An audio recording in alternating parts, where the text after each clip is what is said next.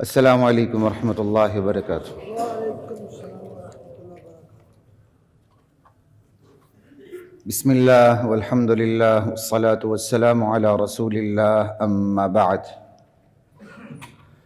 فاعوذ باللہ من الشیطان الرجیم، بسم اللہ الرحمن الرحیم۔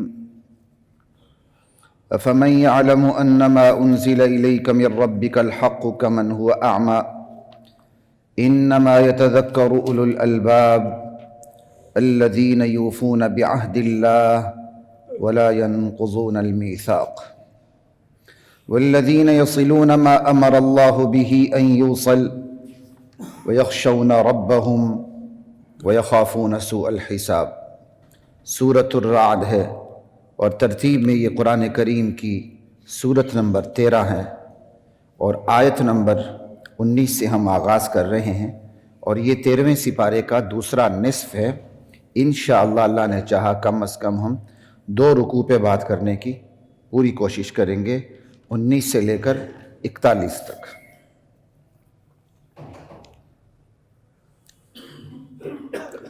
افمن یعلم انما انزل الیک من ربک الحق، بھلا وہ شخص جو یقین رکھتا ہے میرے نبی کہ جو کچھ ہم نے آپ کی طرف وحی کیا وہی برحق ہے۔ انما انزل الیک من ربک، بھلا وہ شخص جو یہ یقین رکھتا ہے، جانتا ہے، ایمان رکھتا ہے کہ جو کچھ آپ کی طرف، آپ کے پروردگار کی طرف سے نازل کیا گیا ہے، الحق وہی برحق ہے۔ کمن ہوا اعمی، بھلا ایسا شخص اس شخص کی طرح ہو سکتا ہے جو اس حقیقت سے اندھا ہے؟ یہ دونوں برابر نہیں ہیں، نہیں ہے۔ رات بھی میرا ایک پروگرام تھا، خیر وہ تو لائیو نہیں تھا، ریکارڈڈ تھا، ابھی اس نے شاید لگنا ہے چند دنوں بعد، یہ PNN پہ، تو ٹرانسجینڈر پہ پروگرام تھا۔ بڑی حیرت ہوئی کہ کس قسم کے قوانین بن رہے ہیں ٹرانسجینڈر کے اوپر، یعنی اتنے واہیات قوانین بن رہے ہیں ہم جنس پرستی کو پھیلانے کے لیے، گےازم پھیلانے کے لیے، اور اس کے خلاف خود ٹرانسجینڈر میدان میں ہے۔ الماس بوبی مشہور ہے، ایک اور بھی ہے ندیم کشف، پتہ نہیں کیا نام ہے، وہ دونوں کال پر تھیں، تو خیر میں تو وہیں اسٹوڈیو میں تھا، تھوڑی سی میری اس سے تھوڑا سا ٹکراؤ بھی، وہ میری بات سمجھ نہیں سکے، تو اس نے ایسے ہی کچھ بونگیاں مارنی شروع کر دی، تو پھر درمیان میں پھر میں نے بھی اسے تھوڑا سا لتاڑ دیا، تو لیکن اس کی باتیں غلط نہیں تھیں، اسے میری خیر بات سمجھ میں نہیں آئی تھی، بعد میں پھر خاموش ہو گئی، یا بات سمجھ میں نہیں آئی تھی بعد میں خاموش ہو گیا اللہ کو پتہ، لیکن اس نے بڑی کمال کی باتیں کی۔ اس نے کہا جی یہ جو کچھ بن رہا ہے یہ تو ہم جنس پرستی کو، گےازم کو فروغ دینے کے لیے ہو رہا ہے۔ ہم یا میل ہیں یا فیمیل ہیں، نئے جنس کا تعین کی ضرورت کیا ہے قانون کے اندر؟ یا ہم میل ہیں یا فیمیل ہیں۔ یعنی جو باتیں میں نے کہنی تھی وہ الماس بوبی نے اور ایک اور نے کر دی۔ الماس بوبی کا نام اس لیے لے رہا ہوں کہ لوگوں کو عموماً اس کا پتہ ہے۔ اب یہ جب کب انہوں نے باتیں کرنی شروع کر دی؟ جب خود ان کے حقوق پہ ڈاکہ پڑا بقول ان کا شاید یہ کانسیپٹ بھی ہے، بندہ سامان کٹا کے فقیروں میں شامل ہو جاتا ہے۔ یہ سامان کٹا کے فقیروں میں شامل ہونا یہ اسلام کا کوئی کنسیپٹ نہیں ہے۔ بندہ سامان کٹا کے فقیر بن جائے، درویش ہو جائے۔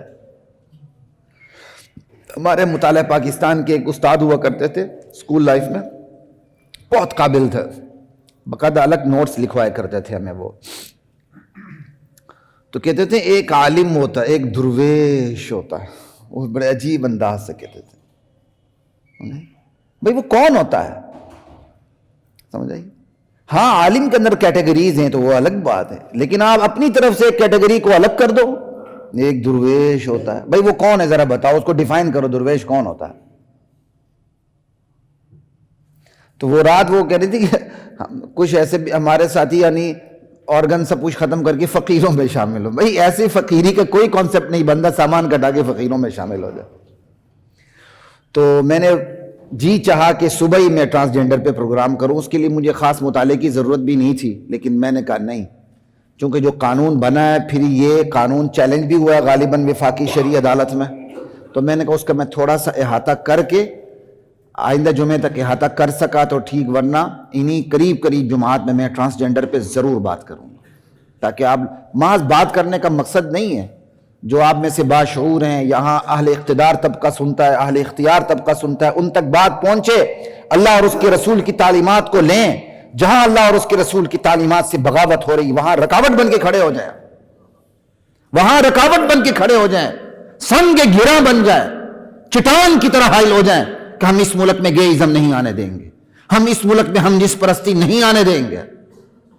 خود میرا کچھ ایکسپیرینس ہوا بعض ٹرانسجینڈر سے بات کرے کہ جو اپنے آپ کو ٹرانسجینڈر کہتے ہیں حقیقت میں ٹرانسجینڈر نہیں ہے، انشاءاللہ بات ہوگی، وہ ایک الگ بات تھی، لیکن چونکہ میں نے اس آیت پہ ویسے ایک ٹچ دے دیا کہ اللہ کہہ رہے ہیں کتنا خوف آتا ہے وہ پڑھتے ہوئے، بلا وہ شخص میرے نبی، بلا وہ شخص جو یہ ایمان رکھتا ہے، یقین رکھتا ہے کہ آپ کے پروردگار کی طرف سے، آپ کے رب کریم کی طرف سے جو کچھ نازل ہوا وہی برحق ہے، وہ اس کی طرح ہو سکتا ہے جو اس حقیقت سے اندھا ہے، دونوں برابر نہیں ہیں۔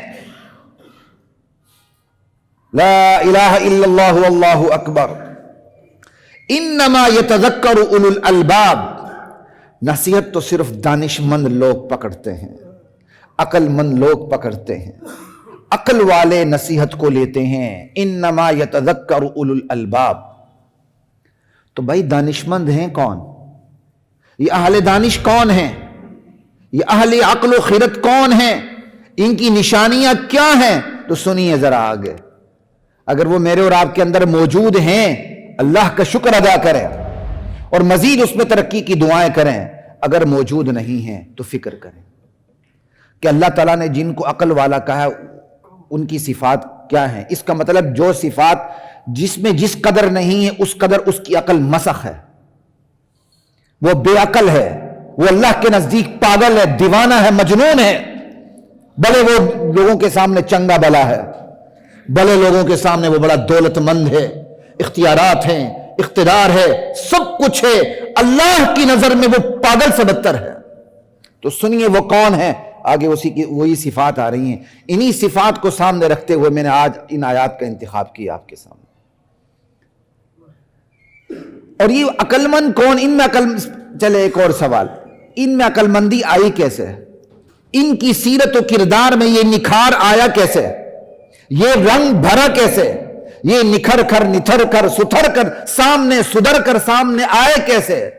اس لیے کہ انہوں نے یہ حقیقت اپنے دل و دماغ میں پیوست کر لی، رچا بسا لی کہ ہمارے نبی پر اللہ کی طرف سے جو کچھ نازل ہوا وہی برحق ہے، اور حق نام چیز کی دنیا میں کوئی چیز موجود ہی نہیں۔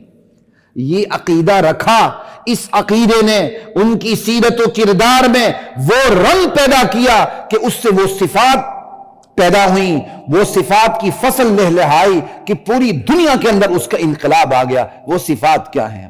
ان کی سیرت و کردار میں اس یقین نے رنگ کیسے بھرا؟ اب سنیے، پھر آیت کا ترجمہ کر دیتا ہوں۔ بلا وہ شخص جو یقین رکھتا ہے کہ جو کچھ آپ پہ اترا وہی برحق ہے اور کچھ نہیں، بلا اس شخص کی طرح ہو سکتا ہے جو اندھا ہے اس حقیقت سے؟ اب اس یقین نے اس کے اندر، اس کی سیرت میں، اس کے کردار میں کیسا رنگ بھرا، وہ سنیے۔ قرآن اس یقین کی بدولت جو سیرت ملی ہے اس کا تذکرہ کر رہا۔ الذین یوفون بعہد اللہ، ایسے دانشمند لوگ جو یقین رکھتے ہیں کہ نبی پر جو اترا وہی برحق ہے اور کچھ بھی نہیں، وہ اللہ سے کیے وعدے کا پاس رکھتے ہیں۔ بھئی اللہ سے ہم نے کب وعدہ کیا؟ وہ گزشتہ یا پیوستہ جمعے بات ہو چکی، عہد الست، جو ہماری روحوں نے اللہ سے وعدہ کیا۔ اللہ نے ہمیں وجود بخشا، ہمیں قوت گویائی دی، ہمیں قوت شعور عطا کی، پھر اللہ نے ہم سے وعدہ لیا، ہم نے وعدہ دے دیا۔ اللہ تعالیٰ نے وہ حلف نامے کی، وہ اوتھ کی جو تقریب تھی وہ ہمارے حفظ سے، ہماری یاد سے مٹا دی، لیکن اس کا نقش ہماری فطرت میں پیوست کر دیا۔ یہی بات ہے، انسان کے سامنے سچ آ جائے، گرد و پیش میں کوئی اور رکاوٹ نہ ہو، وہ سچ کی طرف لپکتا ہے اور اس طرح لپکتا ہے کہ اس پر اپنی جان نچھاور کر دیتا ہے۔ سمجھ آئی بات کی؟ یہ ہے وہ عہد کہ دانشمند لوگ اس عہد کی پیروی کرتے ہیں وہ جو اوپر کر چکے ہیں۔ الذین یوفون بعہد اللہ، ایک صفت، یہ دانشمند لوگوں کی پہلی صفت ہے۔ اب میرے اور آپ میں کتنی ہے؟ ہر بندہ جانچ لے۔ ولا ينقضون المیثاق، جو وعدے انہیں وہ کر چکے ہیں مخلوق سے یا اللہ سے یا نبیوں سے یا آپس میں رشتہ داروں سے اجنبیوں سے، بشرطے کہ وہ گناہ کے وعدے نہ ہوں، وہ عہد مضبوط باندھنے کے بعد پھر اس کو توڑتے نہیں ہیں۔ میرے ایک ساتھی یہاں بیٹھے ہوئے، ہماری وہاں عمارت ہے، تھوڑا سا وہاں کام ہو رہا ہے، تو مجھے ان کی یہ عادت سب سے اچھی لگی۔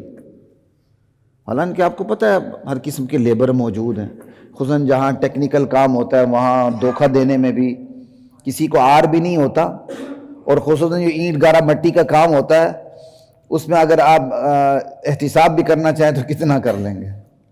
اس لیے پوری دنیا کے سیاستدان، پوری دنیا تو نہیں کہہ سکتا، بدگمانی ہوگی، تو پاکستان کی بہت بڑی تعداد سیاستدانوں کی اینٹ گارے سے ہی کماتی ہے۔ سمجھ آئی بات کی؟ یہ کونسلر شونسلر گلی کے کن ٹوٹے یہ بھی سڑکوں سے ہی کماتے ہیں۔ جی کیا بنائی؟ سڑک بنائی، فٹ پاتھ بنائی، نیچے کیا ہے پتہ ہی نہیں ہے۔ اب سڑک اکھڑے گی، جائے گی لیبارٹری میں، پھر ہی پتہ چلے گا نا، وہ تو اسے ڈبل نقصان ہو جائے گا۔ ٹھیک ہے، تو مجھے ان کی بات ہمارے ساتھی بڑی اچھی لگی، وعدے کا پاس پوچھ کے چلنا، میں حیران ہوتا ہوں۔ اس دور میں بھی اللہ کے نیک بندے موجود ہیں، اور دعا کریں اللہ ہمیں وعدے کے پاس کی توفیق عطا فرمائے۔ ایک ہم اللہ سے وعدہ کرتے ہیں، ایک ہم آپس میں وعدہ کرتے ہیں، وہ آپس کے وعدے بھی اگر معصیت پر مشتمل نہیں ہے تو اس پر پورا اترنا ضروری ہے۔ کہ ولا ينقضون المیثاق، یہ جو آپس کے وعدے ہیں انسان انسان سے کرتا ہے، اجنبی اجنبی سے کرتا ہے، اپنے اپنوں سے کرتے ہیں، اپنوں بیگانوں سے کرتے ہیں، یا ہم اللہ سے کوئی وعدہ باندھ لیتے ہیں کہ پھر ان وعدوں کو توڑتے نہیں ہیں۔ ہاں گناہ کے وعدے کو پورا نہیں کیا جا سکتا، اس کی اجازت نہیں ہے۔ ولا ينقضون المیثاق، اللہ سے کیا وہ وعدہ بھی پورا کرتے ہیں اور بندوں کے ساتھ کیا وہ وعدہ بھی پورا کرتے ہیں۔ یہ ان لوگوں کی صفت ہے جن کے سیرت و کردار میں یہ چیز رچی بسی ہوئی ہے کہ نبی پر جو اترا وہی حق ہے، اس کے علاوہ حق کا نام و نشان کہیں بھی نہیں ہے۔ دو صفات آ گئیں، تیسری صفت سن لیں۔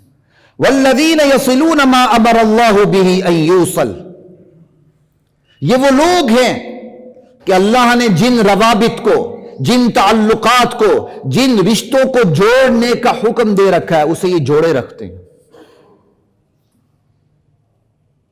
جن روابط کو، جن تعلقات کو، جن رشتوں کو اللہ نے جوڑنے کا حکم دیا انہیں جوڑے رکھتے ہیں۔ آسان ہے رشتوں کو نبھانا، اس لیے دوستی نبھانا آسان ہے، رشتے نبھانا مشکل ہے۔ رشتوں میں گلے شکوے آ جاتے ہیں، خصوصاً گاؤں کی طرف۔ آپ کسی بھی کوٹ میں چلے جائیں، مجھے ان گاؤں والوں پر غصہ بھی آتا، ترس بھی آتا۔ دوتیاں باندھ کے، سر پہ پگڑیاں لے کے، ہمارے معذرت کے ساتھ وکلا کی کمائی کا ذریعہ یہ گاؤں کے لوگ ہی ہیں۔ سمجھائیے، 24 گھنٹے یہاں بیٹھے ہوتے ہیں۔ کس پہ لڑائی ہے؟ ایکڑ پہ لڑائی ہے، اتنے گٹھ پہ لڑائی ہے، دھٹ پہ لڑائی ہے، اور اس سے زیادہ خرچ کر چکے ہوتے ہیں، فیس میں بھی، آنے جانے کے خرچے میں بھی، اور مال اوقات سب کچھ۔ ان سے پوچھ لیا جائے تمہاری زمین کتنی قیمت نہیں ہے جتنی تم مقدمے پہ اڑا چکے ہو، کہتے ہیں نک دا مسئلہ، یہ نک، یار ایسی ناک کو نا آپریٹ ہی کروا کے ختم کر دو۔ لوگ اپنے آرگن ختم کروا رہے ہیں، آپ ناک ختم نہیں کروا سکتے؟ عجیب باتیں کرتے ہیں لوگ، آرگن ختم کروا کے ہم دوسری جنس کے اندر چھلانگے مار رہے ہیں۔ بے روزگار لوگ، آپ کو پتہ ہونا چاہیے، ایک یہ بھی ہے، انشاءاللہ جب میں ٹرانسجینڈر پہ بات کروں گا تو بات آئے گی، ایک اس کی وجہ بے روزگاری بنی ہے۔ کہتے ہیں بے روزگار ملتا نہیں ہے تو ڈانس سے بڑا اچھا روزگار مل جاتا ہے، لڑکی کی شکل بنا لو بس ٹھیک ہے۔ بے روزگار اپنے سامان کٹا کے چھلانگے مار رہے ہیں۔ کہتے پہلے کچھ ملتا ہی نہیں تھا، اب تو وارے نہیں آ رہے، نقدہ مسئلہ۔ انا للہ و انا الیہ راجعون۔ جن رشتوں کو اللہ نے جوڑنے کا حکم دیا انہیں جوڑیں، اور یہ کوئی آسان کام نہیں ہے، اور اس میں نرا عدل نہیں چلتا، عدل کا پیک لیول احسان چلتا ہے۔ یہ کہنا بہت آسان ہے، اللہ مجھے بھی توفیق عطا فرمائے۔ اس کے لیے قربانیاں دینی پڑتی ہیں، اس کے لیے بہت کچھ سہنا پڑتا ہے، اپنے حقوق سے نیچے اترنا پڑتا ہے، اور پھر وہ حقوق بھی ایسے ہوتے ہیں کہ اب آپ کو یقین ہوتا ہے کہ یار مرنے دم تک یہ زخم مندمل ہو ہی نہیں سکتا، اس مرہم پہ پھاہا رکھا ہی نہیں جا سکتا۔ ہوتے ہیں ایسے، آپ کو پتہ ہوتا ہے یا فرشتہ آ جائے گا لیکن یہ زخم میرا ٹھیک نہیں ہو سکتا۔ اس زخم کو برداشت کرتے ہوئے رشتوں کو جوڑنا، اللہ اکبر، یہ ہے انسانی تہذیب و تمدن کی بنیاد، جو آپ کو اللہ کا قرآن فراہم کرتا ہے، جو یہ یقین فراہم کرتا ہے کہ جو کچھ نبی پر اترا وہی برحق ہے اور کچھ برحق نہیں۔ یہ یقین آپ کی سیرت و کردار میں یہ نکھار پیدا کرتا ہے کہ آپ سب کچھ سہ کے بھی تر و تازہ رہتے ہیں۔ ہم بڑے کمزور ہیں، ہم ذرا زخم آ جائے شاید تھوڑا بہت سہ بھی لیں لیکن تر و تازہ نہیں رہتے، یہ بھی ایمان کی کمی ہے۔ سب کچھ سہ کے بھی اللہ تر و تازہ رہنے کی توفیق عطا فرمائے۔ کیوں؟ وجہ یہ کہ سب کچھ کرنے والی ذات کون ہے؟ اللہ ہے، بس بات ہی ختم ہو گئی۔ تو سب سے بڑا رشتہ تو ہے اللہ کا۔ یہ ہے انسانی تہذیب و تمدن، انفرادی زندگی کی بھی بنیاد اور اجتماعی زندگی کی بھی بنیاد، یہ رشتوں کو جوڑنا، تعلق کو جوڑنا۔ میں بھی کمزور ہوں، خصوصاً ہم جیسے جو زیادہ حساس ہوتے ہیں وہ اپنے احباب کے حوالے سے زیادہ کمزور ہو جاتے ہیں، کچھ زیادہ امیدیں باندھنے لگتے ہیں، سمجھائی بات کی؟ تو بہت کچھ غلطیاں ہو جاتی ہیں، لیکن سامنے والوں کا بھی اور جو کمزور ہے ان کا بھی، ان سب کہ آپس میں ایک دوسرے کو برداشت کریں۔ ہم ممبر والوں کو آپ جبرائیل امین نہ سمجھیں، ورنہ اگلے مرحلے آپ ہمیں شیطان سمجھیں گے۔ میں اپنا بچپن کا واقعہ، بعض دوست اٹھا کے اوپر آسمانوں تک پہنچا دیتے تھے، میں کہا آرام سے آرام سے، خبردار، آج تم آسمان پہ پہنچا رہے ہو، کل تم ہی زمین پہ پھینکو گے، مت کیا کرو ایسے، ہمارے دماغ کو مت خراب کیا کرو۔ ہاں کوئی چیز اگر ہم سے آپ تک پہنچی ہے دین کی بات، ہمارے حق میں دعا کیا کریں، لیکن اس طرح ہماری تعریفوں کے قلابے ہمارے سامنے نہ باندھیں کہ ہمارا دماغ خراب ہو جائے یا ہم آپ سے امیدیں وابستہ کرنے لگ جائیں، پھر کل میرے اور آپ کے تعلقات خراب ہو جائیں۔ ایسا نہیں ہونا چاہیے، بندہ اتنا رہے جتنا وہ برداشت کر سکتا۔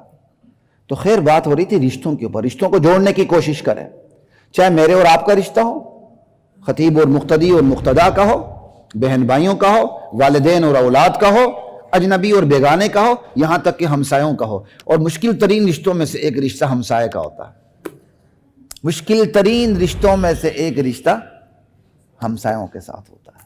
اللہ اچھے ہمسائے نصیب فرمائے، آسان نہیں ہوتا۔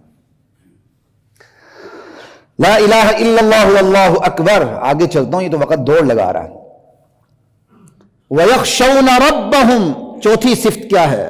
وہ اپنے پروردگار سے ڈرتے رہتے ہیں۔ یہ نہیں کہا وَيَخْشَوْنَ الْعَزِيزِ وَيَخْشَوْنَ اللَّهِ، اللہ سے جلال چھلکتا ہے، کہا ربہم، ربوبیت کے اندر پیار ہے، پالنے والا، جس وقت جو مناسب ہے وہ عطا کرنے والا، ڈرنا اس سے ہے۔ پھر خشیت کا ایک معنی بعض مفسرین نے یہ بھی کیا، خشیت وہ ہوتی ہے، وہ خوف ہوتا ہے جس کے اندر محبت ہوتی ہے۔ آپ کو کسی سے زیادہ محبت ہو جائے تو اس محبت کی وجہ سے بھی آپ ڈرنے لگتے ہیں، کہیں میری کوئی ادا اس کو بری نہ لگے۔ یہ صرف عشق کی مجازی میں نہ لے جائیں، عشق کی حقیقی میں بھی ایسے ہی ہوتا ہے۔ آپ نے کسی سے دین کی بات سنی، آپ کو کوئی پیر مرشد ہے، آپ کو اس سے محبت ہو گئی، آپ کو پھر ڈر لگتا ہے کہیں ایسی حرکت نہ ہو جائے کہ یہ مجھ سے ناراض ہو جائے۔ ہر بات کو عشق کی مجازی پہ نہ لے جائے کریں، عشق کی مجازی کی کوئی حیثیت نہیں ہے، یہ نیک گن کے سوا کچھ بھی نہیں ہے۔ لا الہ الا اللہ واللہ اکبر۔ اللہ نے مجھ پہ رحم کیا، زمانہ طالب علمی میں، اسکول لائف میں نے ایک ڈائری لکھ لی تھی، بعض اشعار پہ مکھی مار کے اپنے اشعار لکھنا، خود بھی کچھ کوشش کرنا۔ تو ایک لمحہ آیا، بس اللہ نے توفیق عطا فرمائے، میں نے ڈائری کو آگ لگا دی۔ میں کہا یہ چیز تو مجھے لے کے بیٹھ جائے گی۔ وَيَخَافُونَ سُوءَ الْحِسَابِ، پروردگار سے ڈرتے بھی رہتے ہیں اور سوء حساب کا دڑکا بھی لگا رہتا ہوں. یہ نہ ہو کہ ہمارے حساب کتاب میں گڑبڑ ہو جائے. گڑبڑ سے مراد یعنی ہمیں بدترین حساب کا سامنا کرنا پڑے. یہ دانشمند لوگوں کی صفات بیان ہو رہی ہیں. اور یہاں کیا کہا جا رہا ہے؟ کہتا جی یہ لوگ ممبر والے ڈراتے ہی رہتے ہیں. انا للہ و انا الیہ راجعون. اور میں نے آپ کو پہلے ہی بتایا اللہ سے ڈرنے والا اللہ کے، پھر اس کا مطلب آپ کو یاد ہی نہیں رہتی میری بات، میں ویسے ہی محنت کرتا ہوں. اللہ سے ڈرنے والا اللہ کے قریب ہو جاتا ہے اور بندے سے ڈرنے والا بندے سے دور ہو جاتا ہے. یہ ہے خوف خدا اور خوف انسان میں فرق. اور اس فرق کو بھولنے والے کہتے ہیں کہ مولوی ڈراتے ہی رہتے ہیں. اللہ سے ڈرنے والا سجدہ ریز ہو جاتا ہے، اس کے اتھرو نکلنے لگتے ہیں. پنجابی کے بعض الفاظ مجھے بڑے اچھے لگتے ہیں. کہیں کہیں لکھا ہوتا ہے نا دکان پر رب دیاں رحمتاں، بڑا اچھا لگتا ہے. واقعی رب دیاں رحمتاں، اتھرو نکلنے لگتے ہیں، آنسو نکلنے لگتے ہیں. سمجھ آئی؟ لا الہ الا اللہ. وہ ایک کیا ہے شعر پنجابی میں، انہوں نے رزق ہمیش، کوئی ایسا ہے نا، بڑا پہلا مصرع یاد نہیں. ہاں، جنہ تقوی ربدا انہوں نے رزق ہمیش. سمجھ آئی؟ لا الہ الا اللہ واللہ. ان کی دنیا بھی سدھر جاتی ہے، آخرت بھی سدھر جاتی ہے. والذین صبروا ابتغاء وجہ ربہم، یہ وہ لوگ ہیں جو صبر سے کام لیتے ہیں. ہمارے ہاں صبر کا صرف ایک ہی مفہوم ہے. جب بھی لفظ صبر آتا ہے وہ کہتے ہیں جی بس کوئی مصیبت آ گئی تو صبر کرنا. قرآن کا جو لفظ صبر ہے نا یہ بڑا وسیع مفہوم رکھتا ہے. یہ مفہوم بھی رکھتا ہے جو ہم سمجھتے ہیں مصیبت پر صبر، صبر علی المصیبہ، لیکن یہ بھی صبر ہے صبر علی الطاعہ، خواہشات کو قابو میں رکھتے ہوئے. سمجھ آئی؟ اللہ کی اطاعت کے اوپر ثابت قدمی رکھتے ہوئے مشکلات کا مقابلہ کرنا پامردی کے ساتھ، یہ بھی صبر ہے.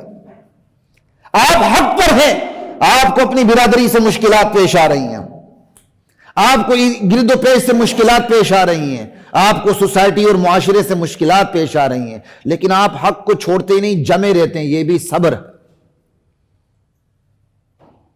آپ کی خواہشات ذرا تھوڑی سی مچلنے لگتی ہیں، آپ خواہشات کو حدود میں رکھ کر رکھتے ہیں، قابو میں رکھتے ہیں، یہ بھی صبر ہے. صبر عن المعصیہ، صبر عن المعصیہ بھی ہے، صبر علی الطاعہ بھی ہے، صبر علی المصیبہ بھی ہے. اس کا مطلب مومن کی پوری زندگی صبر ہے. وہ کہیں خواہشات کو قابو میں رکھ کے صبر کرتا ہے، کہیں اپنے میلانات کو حدود میں رکھ کے صبر کرتا ہے، کہیں حق پر جم کر آنے والی مصیبتوں کا مقابلہ کر کے صبر کرتا ہے، اور کہیں خدا نخواستہ اس پر مصیبت آ جائے تو مصیبت میں بھی شرعی طریقہ اختیار کر کے صبر کرتا ہے. مومن کی پوری زندگی صبر سے عبارت ہے. والذین صبروا، یہ وہ لوگ ہیں جو صبر کرتے ہیں. کیوں؟ ابتغاء وجہ ربی. دنیا کیا کہے گی؟ نہیں، دنیا نہیں. آج ہم عجیب قسم کی زندگی گزارتے ہیں، کپڑے بھی وہی پہنتے ہیں، لوگ کیا کہیں گے. یہ ہماری بہت بڑی تعداد بیویوں سے ہی کپڑے پسند کرواتی ہے. ویسے میری کمزوری، میں نے تو آج تک کبھی ویسے کپڑے پسند بیوی سے نہیں کروائے. وہ بیوی عورت ہے، آپ مرد ہیں. اچھا آپ اچھا بھلا کپڑا بھی پہن لے، بیوی کہہ دی نہ، تو بندہ ایسا غیر مطمئن ہو جاتا ہے. جتنا اچھا مرضی وہ نہ بلی حسین لگ رہا ہو، وہ کہتا ہے میں تو دنیا کا بدصورت انسان ہوں. کیوں؟ بیوی کا فتویٰ آ چکا ہے مفتی اعظم کا. اتنا بھی لم لیٹ نہیں ہونا چاہیے، لیکن جابر بھی نہیں ہونا چاہیے. خیر الامور اوسطها. سمجھ آئی بات کی؟ جب تک بیوی آ کے ٹیشن میشن کر کے سامنے نہ کرے. یہ ڈراموں نے ہمیں چیزیں سکھا دی ہیں نا. یہ ڈراموں کی زندگی چیزیں حقیقی زندگی میں نہیں ہوتی ہیں. وہ خواہ مخواہ ہم ان کو کاپی کر کے اپنے آپ کو مشکلات میں ڈالتے ہیں. وہی عربی کا محاورہ ہے، شادی کیا ہے؟ سرور شہر، ایک مہینے کا سرور ہے. قصور ظہر، پھر کمر ٹیڑھی ہو جاتی ہے. ہموم دہر، پھر زمانے کی مصیبتیں آتی ہیں. یہ ساری چیزیں جمع ہوتی ہیں. سمجھ آئی بات؟ صرف ایک چیز کو لے کے نہ بیٹھا کر. اور ڈرامے ہمارا سرور و شارین دکھاتے ہیں. جو پہلی رات والے قصے ہوتے ہیں یا شادی سے پہلے، وہ پوری زندگی وہی دکھاتے رہتے ہیں. ہم رات ٹپکاتے رہتے ہیں، پتہ نہیں کیا میاں بیوی ہے. انا للہ. حالانکہ سب سے زیادہ طلاقیں ان شوبز کے اندر ہی ہوتی ہیں. یہ کبھی ہمیں حقیقت نظر نہیں آئی. سب سے زیادہ ڈیورس کی جو ریشو ان کے اندر ہے اور سب سے زیادہ ڈیورس کی ریشو جو ہے وہ لو میرج کے اندر ہے. جو حقیقتیں ہم ان کو نظر انداز کر دیتے ہیں, جو ڈرامے ہیں ہم ان پر ایمان لاتے ہیں. ایسا نہیں ہونا چاہیے. والذین صبروا, یہ وہ لوگ ہی جو صبر کرتے ہیں. کس کے لیے؟ دنیا کو دیکھ کر, دنیا کیا کہے گی, نہیں, ابتغاء وجہ ربہم, رب کی رضا پانے کے لیے, رب کی رضا جوئی کے لیے بس. والذین صبروا ابتغاء وجہ ربہم واقاموا الصلاۃ, دانشمند لوگ کون ہیں؟ جو نماز قائم کرتے ہیں. اس کا مطلب جو نماز قائم نہیں کرتے, رب ان کو عقل مند نہیں سمجھتا, پاگل ہی سمجھتا ہے. جو اپنے محسن کی ناشکری کرے وہ پاگل ہی ہوتا ہے بھائی. دنیا اس کو چنگا بھلا کہے, ہوشیار کہے, بڑا ایکٹیو کہے, بڑا ہوشیار کہے, اللہ کی نظر میں وہ پاگل ہے, کیونکہ وہ نماز نہیں پڑھتا. اللہ اکبر. وہ ایک سوشل میڈیا پہ ایک جملہ مجھے بڑا پسند آیا, کہتے ہیں مصروف زندگی نماز کو مشکل بنا دیتی ہے, لیکن نماز مصروف زندگی کو آسان بنا دیتی ہے. کیا بات ہے, کیا بات ہے. مصروف زندگی نماز کو مشکل بنا دیتی ہے, لیکن نماز مصروف زندگی کو بھی آسان بنا دیتی ہے. چاہتے ہیں سکون, چاہتے ہیں برکتیں ہی برکتیں, نماز کو اس کے وقت پہ پڑھا کریں. وَأَقَامُوا الصَّلَاةَ وَأَنفَقُوا مِمَّا رَزَقْنَاهُمْ سِرًّا وَعَلَانِيَةً. دانشمند لوگ کون ہیں؟ ان کی ایک اور صفت, جو خرچ کرتے ہیں. جہاں پوشیدہ خرچ کرنا بہتر ہو وہاں پوشیدہ خرچ کرتے ہیں. جہاں سب کے سامنے دے کر خرچ کرنا ہو, یار میں اتنا خرچ کر رہا ہوں, تاکہ اگلے کو بھی ایک کیا کہتے ہیں, کیا آگہی اور تھوڑی سی وہ کیا ہو یار, جو بھی ہو, اب تیزی میں ہوں, وقت گزر رہا ہے. تو جہاں علانیہ خرچ کرنا ہو تو وہ علانیہ خرچ کرتے ہیں, تاکہ دوسروں کو ترغیب ملے. سمجھ آئی بات کی؟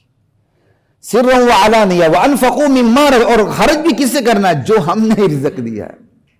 اللہ کو اپنی ساورنٹی کتنی عزیز ہے, اپنی ربوبیت کتنی عزیز ہے. ہمیں اللہ کہتا ہے جو ہم نے دیا ہے, اور کوئی نہیں دے سکتا, نہیں دے سکتا کچھ بھی کوئی. لا الہ الا اللہ واللہ اکبر. یقین رکھیں کوئی نہیں دے سکتا, اور اپنے بچوں کا ذہن بنائیں, کوئی نہیں دے سکتا.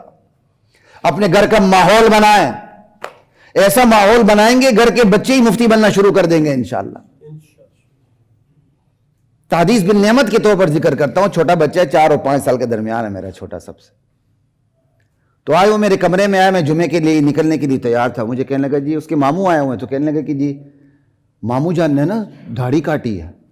اس کی سنت پوری ہے ماشاءاللہ, نوجوان لڑکا. تو کینچی ایسا کہا تھا. میں نے کہا ٹھیک ہے, صحیح کیا. کوئی مونچھوں کی بھی بات کی اس نے داڑھی کے, ماموں یہ کہہ رہے ہیں. اب میرے وہم و گمان میں نہیں, بچہ آگے سے کہتا ہے بابا جان داڑھی کاٹنا گناہ نہیں ہے. اب اس کو کس نے بتایا کہ داڑھی کاٹنا گناہ ہے؟ یہ ماحول بتا رہا ہے, یہ فطرت سلیمہ ہے, یہ ہے فطرت سلیمہ. وہ 4 سے 5 سال کے درمیان والا بچہ جو پوری باتیں بھی نہیں کرتا, وہ کہتا ہے کہ داڑھی کاٹنا تو گناہ ہے. پھر میں نے کہا نہیں, اب اس کو میں مسئلہ سمجھا دیتا ہوں. میں نے کہا دیکھو بیٹا, یہ ہے داڑھی, اب اس کی جو نیچے ہوگی نا اس کو کاٹنا گناہ نہیں, اس سے جو اوپر ہوگی نا اس کو کاٹنا گناہ ہے. اچھی طرح سمجھ گیا. پھر میں نے اللہ کا شکر ادا کیا, نہیں کیا تو اللہ ابھی بے شکر ادا کرتا. اپنے گھر کا ماحول دینی بنائیں گے نا, بچے اس پہ چڑھ جائیں گے, اس ٹریک پہ آ جائیں گے, ان کی سوچ ادھر ادھر.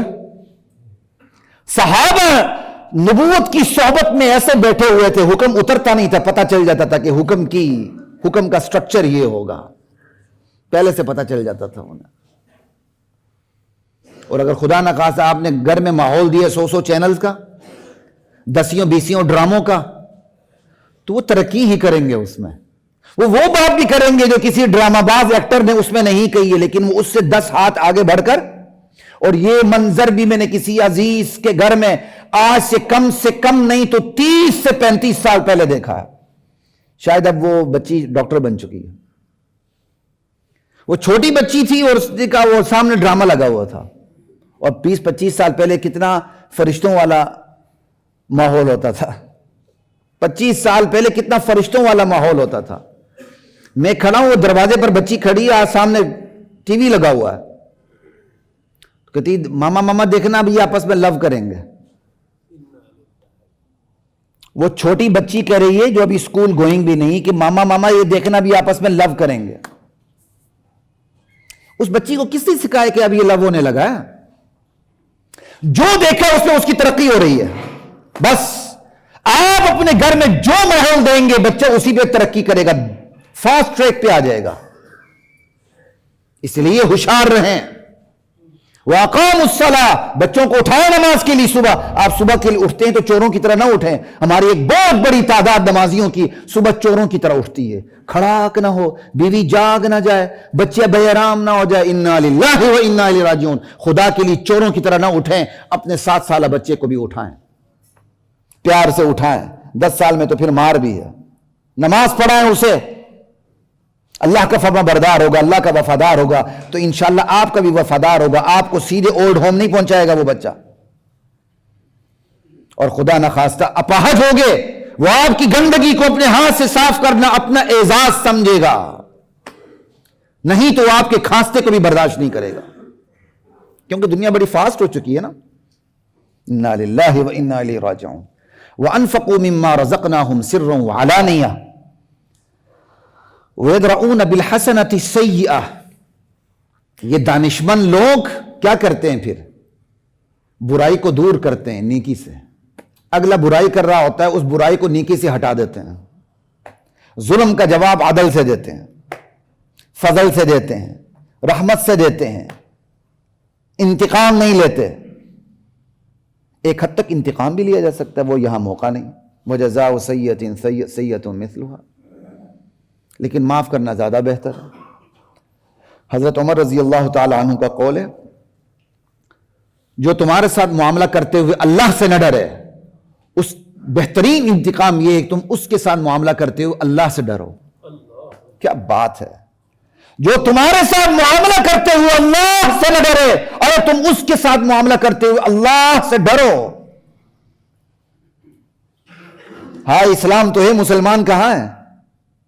یہ ہے ہمارا اسلام جس سے ہماری زندگیاں خالی ہو چکی ہیں. اور مغرب نے چند اصول ہم سے لے لیے تجارت کے طور پر، عبادت کے طور پر نہیں، تجارت کے طور پر. اور کامیاب بھی ہو رہے ہیں اور ہم بدنام بھی ہو رہے ہیں. اور ہمارے بہت سے لوگوں کو غلط فہمی ہو رہی، بس کلمہ پڑھنے کی دیر ہے وہ مسلمان ہیں. ان کے اندر جو غلاظت بھری ہوئی عقیدے کی اس پر نظر نہیں ہے، چند اخلاقیات پر نظر ہے. وہ انشاءاللہ پھر کبھی موقع آئے گا تو اس غلط فہمی کو بھی دور کریں. وہ اخلاقیات ہمارے بارے میں کیوں نہیں ہے ان کی؟ ہمیں کیوں وہ گاجر مولی کی طرح کاٹتے ہیں؟ یہ مالیاتی ادارے دنیا کے سارے کن کے ہیں؟ کون اس آدمی کو اچھا کہے گا جو اپنے بچوں کا پیٹ بھرنے کے لیے ہمسائے کے بچوں کا پیٹ کاٹے؟ پسماندہ ممالک کا پیٹ کاٹ کے مالیاتی اداروں کا غلام بنا کے ٹیکس کی صورت میں سب کچھ نچوڑ کے ہم سے لے جا کے اپنے ملک کے اندر ویلفیئر اسٹیٹ قائم کرنا، یہ کون سے کمال کی بات ہے؟ لیکن بہرحال ہم سے تو اچھے ہیں نا بھائی، بعض معاملات میں، ایمان کے معاملات میں نہیں. اور پھر موقع انشاءاللہ کبھی اس پہ بات کریں گے. لا الہ الا اللہ واللہ اکبر. میں تو چاہ رہا تھا 2 رکوع پہ بات کروں، یہاں ایک ہی رکوع پہ بات ختم ہو رہی، کیا کروں؟ اولئک لہم عقبی الدار.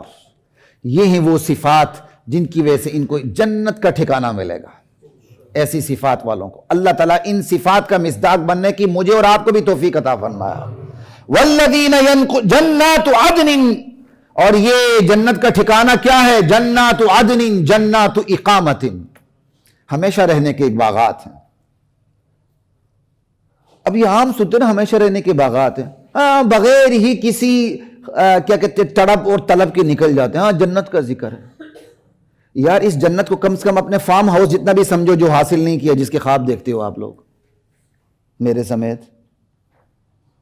فارم ہاؤس کا آ جائے تو سارے کے چکنے ہو جائیں گے. فارم ہاؤس آج آپ کہ آپ کو فارم ہاؤس فلاں فری ملنے لگا ہے تو اس طرف جاتے ہوئے پتہ نہیں کتنے مر جائیں گے درمیان میں، ایک دوسرے کے پاؤں کے نیچے آئیں گے. یا فارم ہاؤس ہی سمجھ لو کم سے کم جنت کو. جنات باغات ملیں گے رہنے کو. یہاں کے فارم ہاؤسز کی کیا قیمت ہے؟ یہاں بھی حلال کی ہے تو اللہ تعالیٰ کی بہت بڑی نعمت ہے، حرام کی ہے تو وہ تو پھر جنت جہنم کا ایندھن تیار ہو رہا.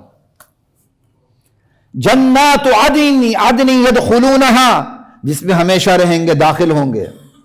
وَمَنْ صَلَحَ مِنْ آبَائِهِمْ وَأَزْوَاجِهِمْ وَذُرِّيَّاتِهِمْ، اکیلے نہیں جائیں گے، ان کے آباء و اجداد بھی جائیں گے، لیکن کون سے؟ جو نیک ہیں، جن کے ماں باپ نیک ہیں۔ یہاں تو آباء و اجداد، آباء کا ذکر ہے، ماں کا تو ذکر ہی نہیں ہے۔ عربی زبان کا اسلوب ہے، وہ ایک لفظ کو ذکر کر کے دوسرے کو تقلیباً ذکر کر کے دوسرے کو ضمنی طور پر ذکر کر دیتا ہے۔ آباء کے اندر مائیں بھی آ گئیں، یہ عربی اسلوب ہے۔ کوئی انسانی حقوق والے کھڑے نہ ہو جائیں اس پہ، ماں کا ذکر نہیں آیا، اس کے اندر مائیں بھی ہیں۔ آباء و اجداد بھی جائیں گے، بیویاں بھی جائیں گی۔ اب وہ بڑا جنتی ہے نا، جنت کے حوریں الگ، 4 بیوی ہیں اس کی الگ، مرضی آپ ایک کر لیں، ایک بیوی ہوگی آپ کی اب مرضی ہے۔ وَأَزْوَاجِهِمْ وَذُرِّيَّاتِهِمْ، سمجھ آئی بات؟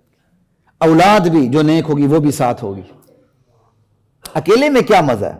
اللہ جتنے بھی نیک ہے سب کو ساتھ کر دیں گے۔ باپ اوپر ہے، بیٹا اپنے کم عملی کی وجہ سے نیچے ہے جنت میں، اللہ بیٹے کو اٹھا کے باپ کے پاس لے جائیں گے۔ بیٹا اوپر ہے، باپ نیچے ہے، اللہ اس بیٹے کی وجہ سے باپ کو اٹھا کے اوپر لے جائیں گے۔ اللہ اکبر۔ وَمَنْ صَلَحَ مِنْ آبَائِهِمْ وَأَزْوَاجِهِمْ وَذُرِّيَّاتِهِمْ وَالْمَلَائِكَةُ يَدْخُلُونَ عَلَيْهِمْ مِنْ كُلِّ بَابٍ، اور فرشتے ہر دروازے سے داخل ہو کے نثار ہو رہے ہوں گے۔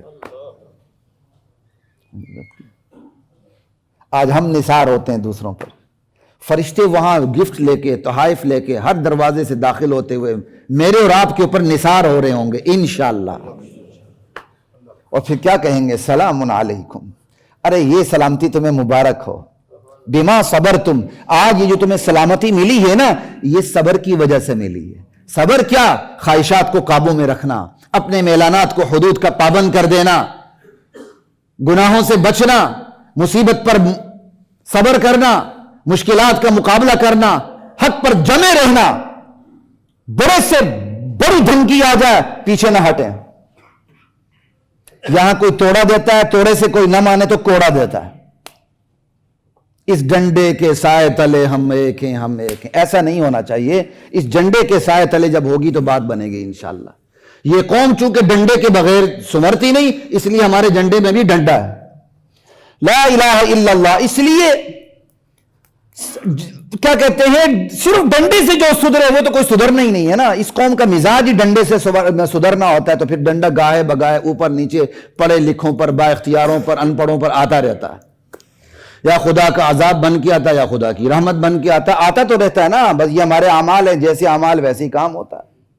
لا الہ الا اللہ۔ سلام علیکم بما صبرتم فنعم عقبی الدار والذین ینقضون عہد اللہ من بعد میثاقہ، وہ لوگ جو اللہ سے کیا وعدہ توڑتے ہیں۔ اوپر ہم نے وعدہ کیا ہے، ساری باتیں گزر چکی ہیں، اب ریپیٹ کا موقع نہیں۔ جو اللہ سے کیے وعدے کو توڑ دیتے ہیں، بندوں کے ساتھ کیے وعدے کو توڑ دیتے ہیں، انسانوں کے ساتھ کیے وعدے کو توڑ دیتے ہیں۔ وَيَقْطَعُونَ مَا أَمَرَ اللَّهُ بِهِ أَن يُوصَلَ، جن رشتوں کو اللہ نے جوڑنے کا حکم دیا انہیں توڑتے ہیں، انہیں توڑتے ہیں۔ جن رشتوں کو اللہ نے جوڑنے کا حکم دیا انہیں توڑتے ہیں۔ وَيُفْسِدُونَ فِي الْأَرْضِ، زمین میں فساد مچاتے ہیں۔ بالکل یہ آیات اوپر کی آیات کے مد مقابل ہیں۔